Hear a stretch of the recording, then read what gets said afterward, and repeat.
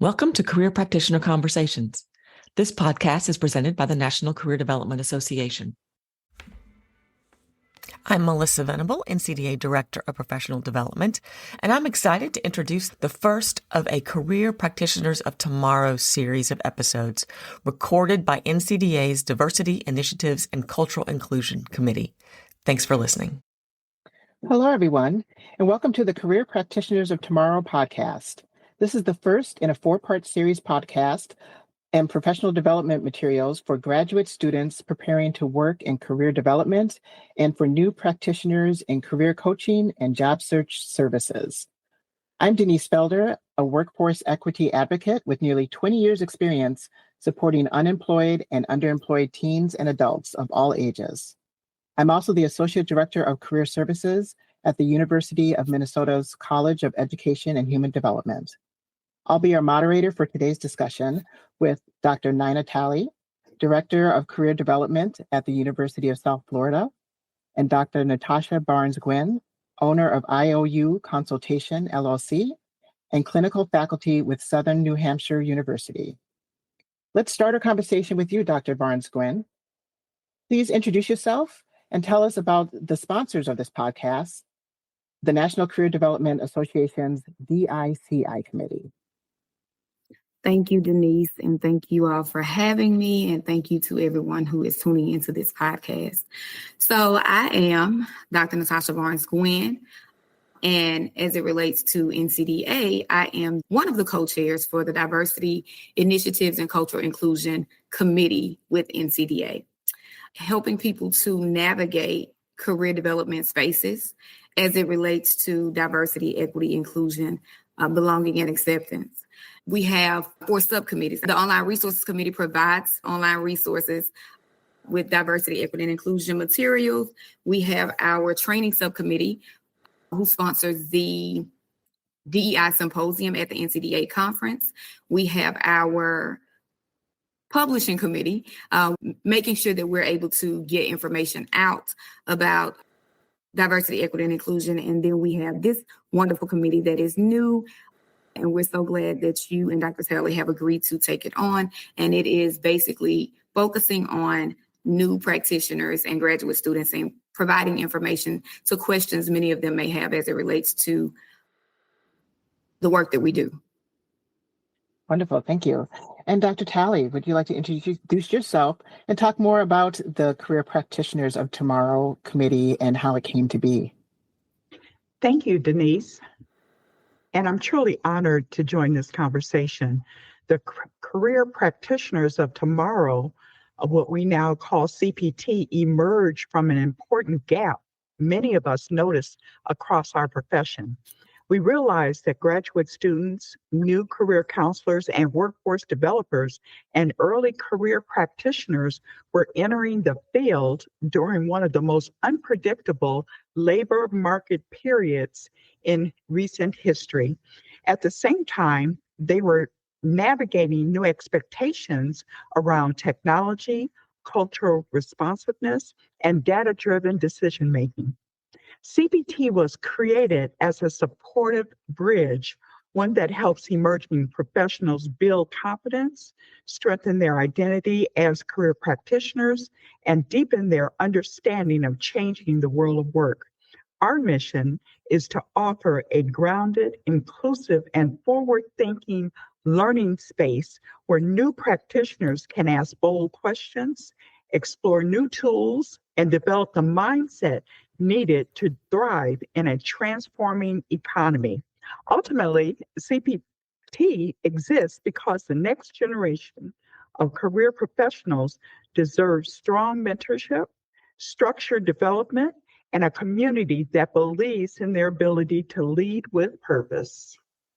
Awesome, that is so true, yes. And Dr. Talley and I and Natasha and Dr. Barnes-Gwynn, we've all had many conversations around just the need for CPT and professional development for new practitioners.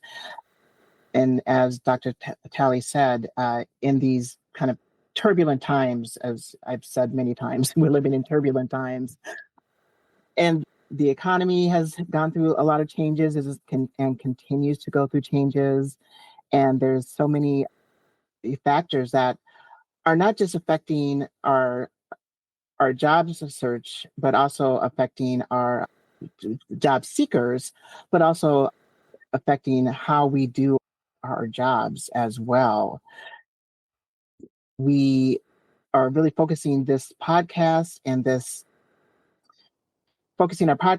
focusing the work of the CPT on supporting graduate students who are preparing to be career counselors and other practitioners in the career development field, and also people who are new to working in employment services, job search services, career coaching, other workforce services in public organizations, private organizations, those types of things. And we are, through these podcasts, are providing information that's supplemental to the information that you're getting in your grad studies or through your work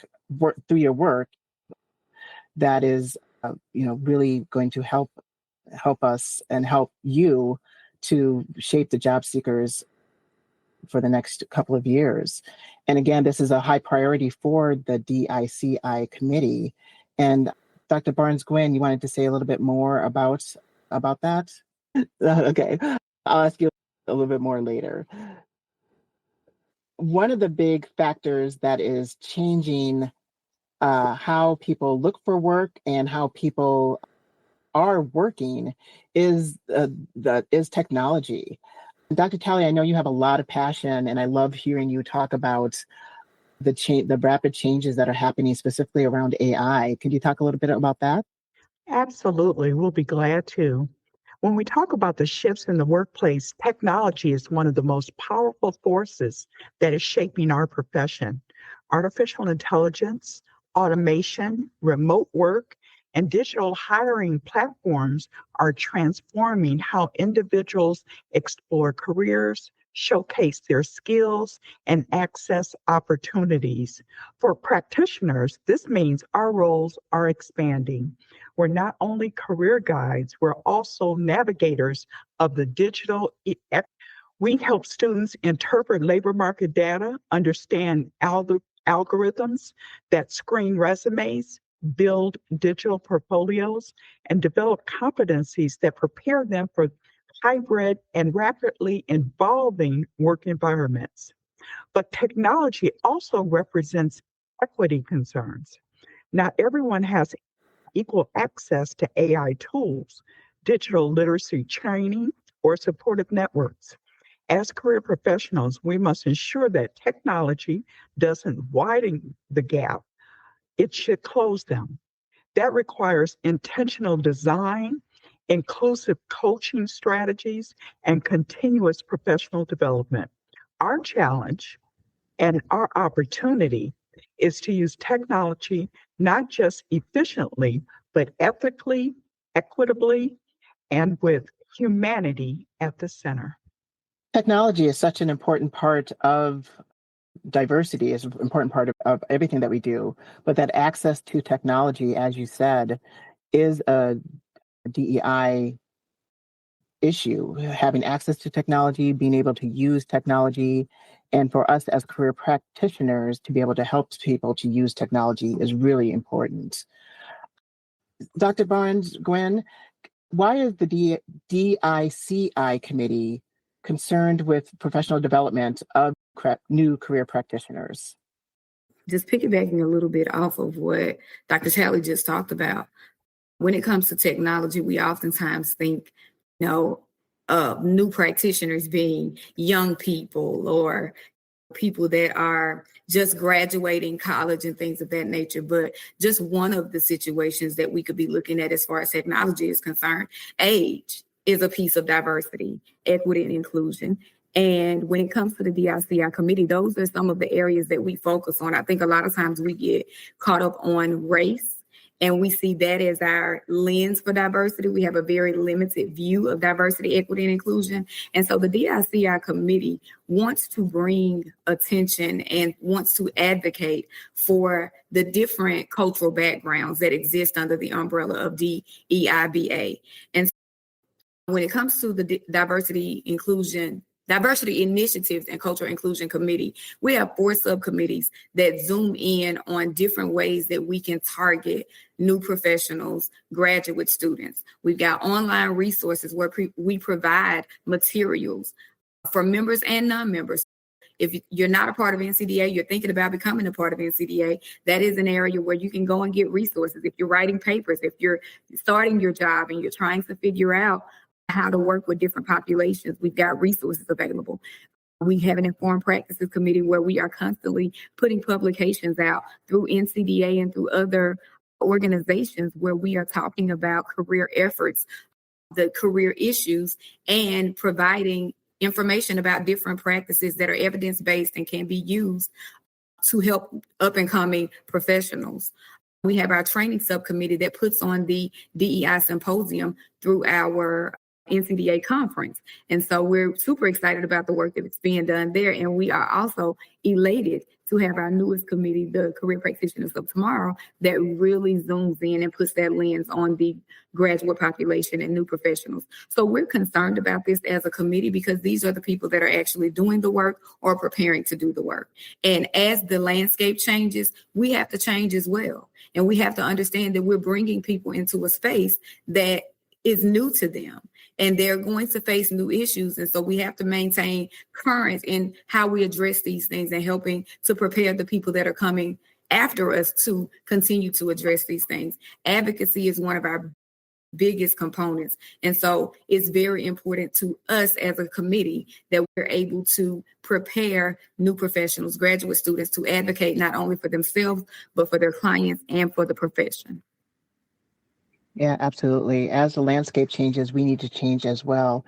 And Dr. Talley has created this new framework, the L.E.A.D framework, to help with this professional development and to merge all of these things that you just talked about. Dr. Talley, what is the L.E.A.D framework?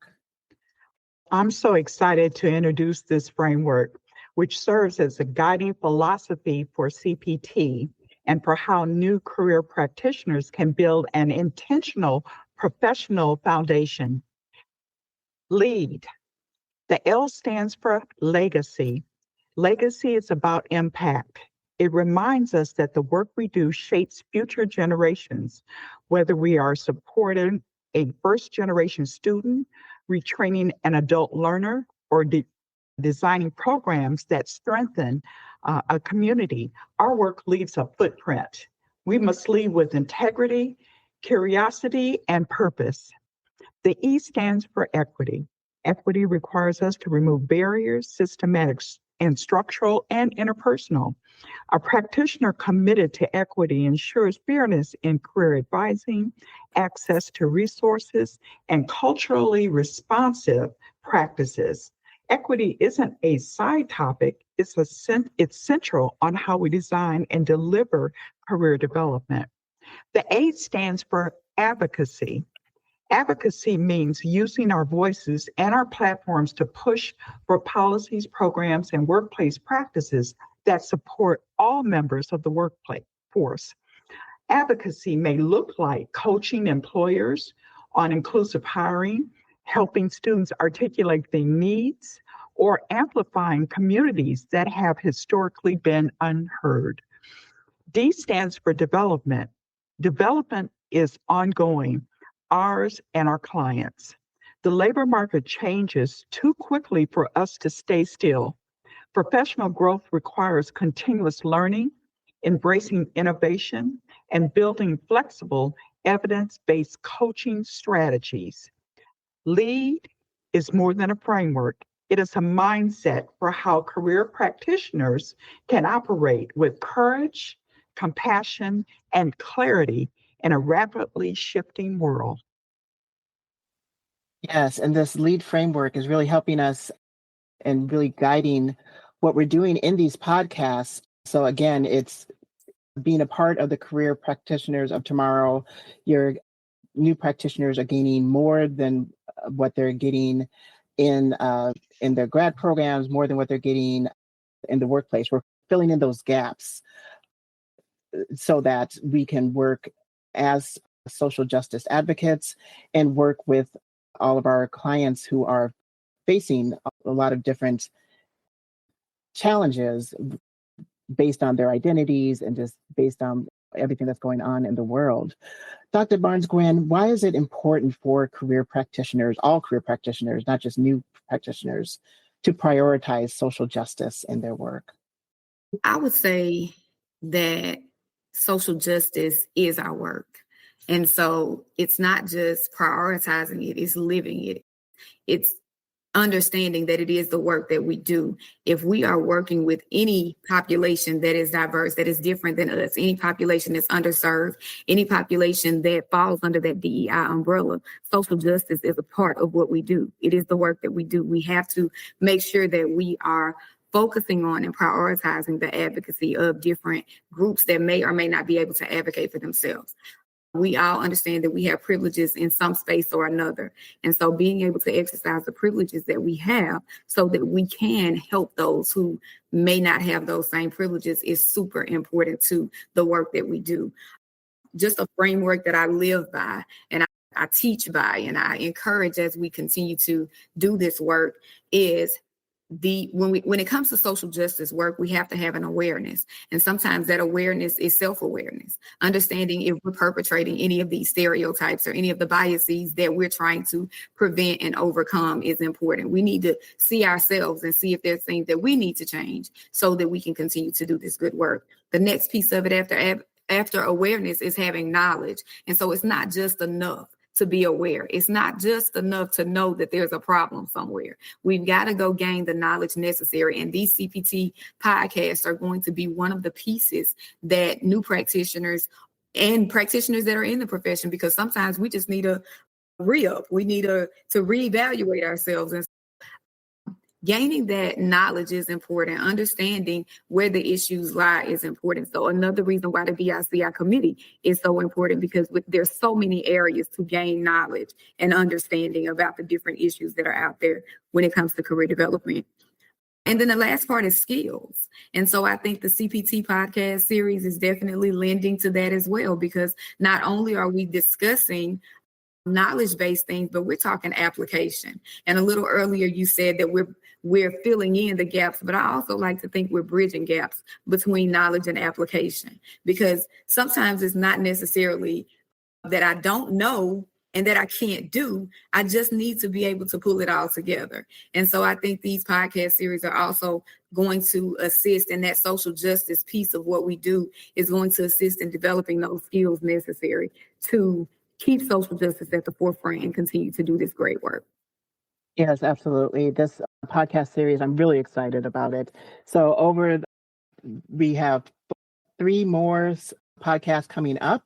And if any of you have ideas for additional podcasts or additional materials that you're looking for, we will provide a link so that you can send us your information, send us your questions and your comments. But coming up, our next session will be on core competencies and emerging trends in career development. So this is not just here are the assessments that you can use with job seekers, but this is also looking at some other things as well. And then there's a section, the third one is on technology and future focus, so talking more about AI and other things. And then the ethics in action and impact advocacy is going to be a really hot topic as well. Dr. Talley, I just described some of the upcoming podcasts that we have coming up, but what else can the audience expect to gain from listening to these podcasts? Excellent question, Denise. As we close, I want to share what we hope you gain from today's conversation and from the larger CPT podcast series. First, we want you to walk away with a stronger understanding of how economic and workforce changes are shaping our profession. These insights help you to anticipate trends, strengthen your coaching, and make informed decisions about your own career journey. Second, we want you to feel equipped with language, frameworks, and strategies like L.E.A.D that support equitable and culturally responsive practice. Third, we hope you gain community. CPT is meant to be a space where new practitioners can connect, learn from experienced voices, and find guidance without judgment. And finally, we want you to feel inspired to lead courageously, to embrace innovation, and to confidently step into your role as a career professional who can truly make a difference. Whether you're brand new to this field or expanding your practice, we believe you have something valuable to contribute. This podcast is here to support you on that journey.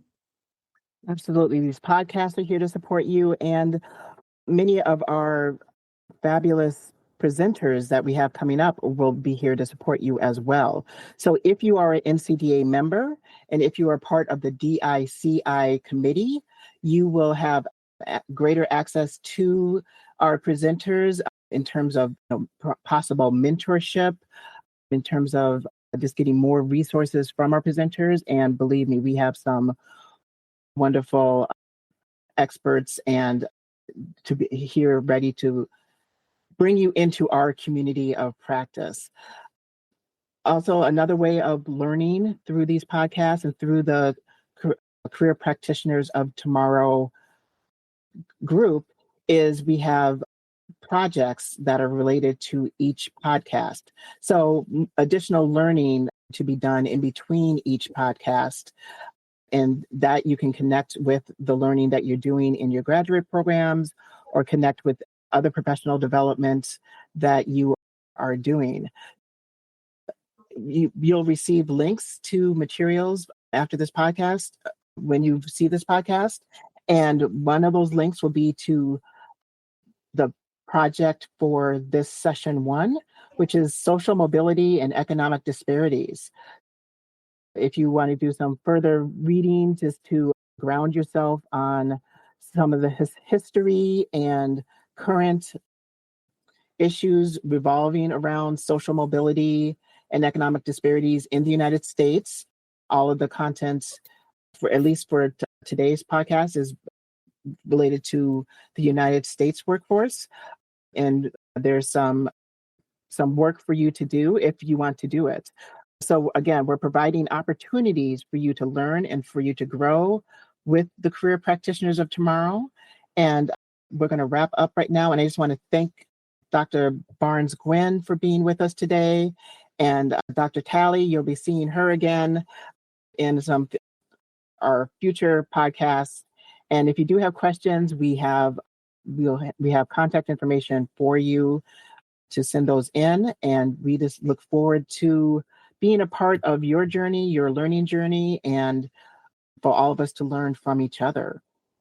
So I want to thank all of you for listening to this podcast, and we look forward to connecting with you soon. Thank you so much.